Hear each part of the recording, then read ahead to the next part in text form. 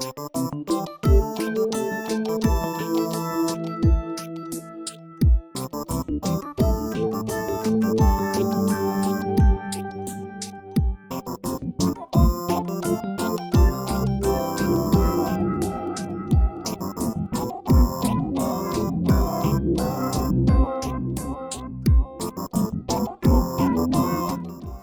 up here. Hi guys, I'm Cassidy, Leora, and today I would like to talk about the Retribution of Dyer. First off, sorry I have to hold the camera. I'm not any happier about it than you are, but I forgot my tripod at home. So here I am holding it. My arm is already tired. So this copy of the book actually belongs to my family's business downstairs. And I'm using this copy because it's a lot prettier. See how new and pretty? This is the one we will be selling to you if you come and buy it. This is my copy, and it is completely beat up and destroyed, like what it did to my soul after finishing it. Yeah. No, but seriously, this book and me, 6 o'clock in the morning last night, I just realized it's upside down. See, this is why you know I was up until 6 o'clock in the morning last night. I finished this thing, and oh my gosh. Oh my gosh.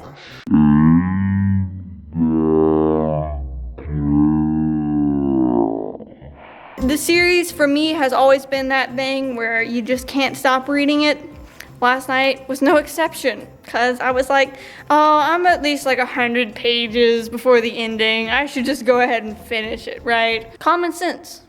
Common sense. Non-spoiler review, these books are absolutely fantastic, and if someone were to come into my family's business and was like, hey, do you recommend this book to me? I would be like, yes, of course, but I would also ask them what their other favorite books are. That way I could kind of get a feel for what they like, because if they say, you know, a bunch of middle grade series, then I'll probably be like, okay, this book probably isn't for you yet. It really depends on the age, because I'm just gonna go ahead and lay it out right now. I am a very sheltered child, and that's for no other reason than just I shelter myself, and I don't watch or read a lot of really out there things because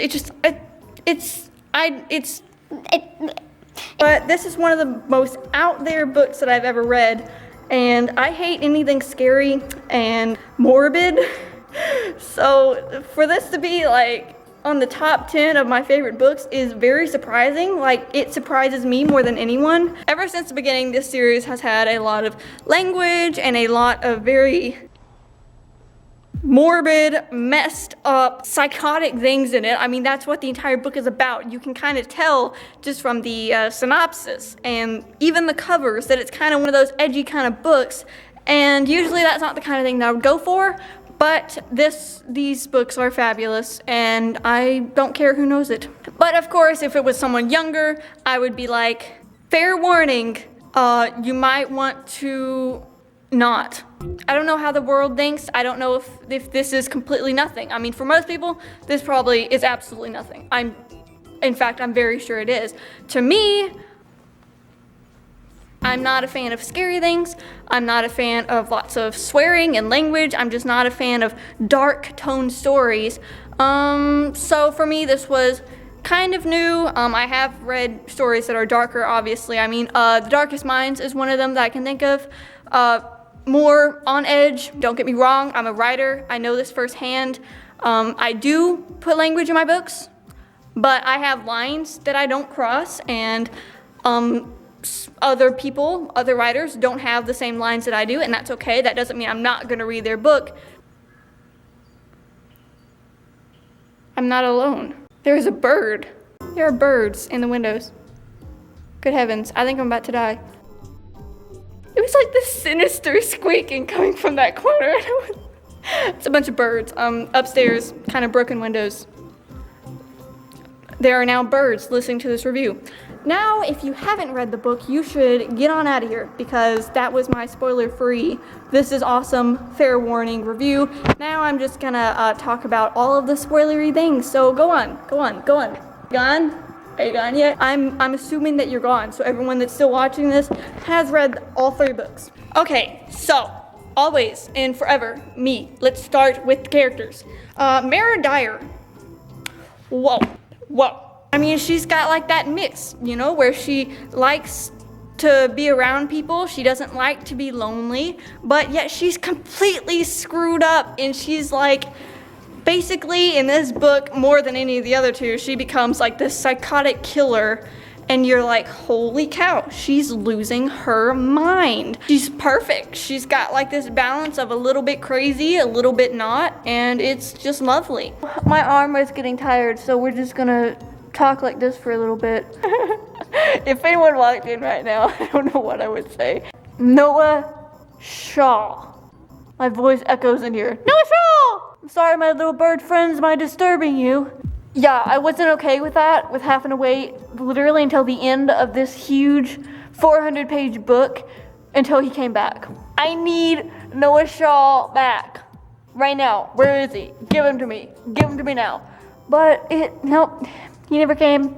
I kept thinking he was, but he didn't, which was very depressing. I really love like Harris and Mary Dyer's relationship because it was like they were just the perfect balance of, oh my gosh, I will love you forever and ever, but they were also like fun and playful and casual, and it was just like the cutest thing ever. Noah Shaw needs to be real. Just love me.